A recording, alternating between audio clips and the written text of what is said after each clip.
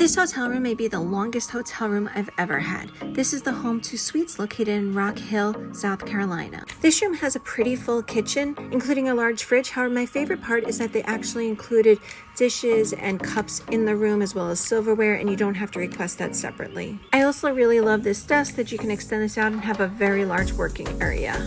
Next, for the television, it was a fair size for this room. And then they had this very large countertop, which I've never had in a hotel. Plenty of storage over here. And then the closet wasn't built in, but it did have a curtain you could pull around. The view outside was of apartments and felt very peaceful. This room had 2 queen beds. The comforters were so comfortable, but I wish the bed was made up a little bit nicer.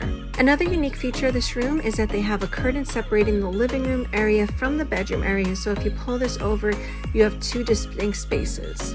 As for the living room, that sofa was quite comfortable, and the TV is visible from both the sofa and the bed. And the bathroom was just a very standard hotel bathroom.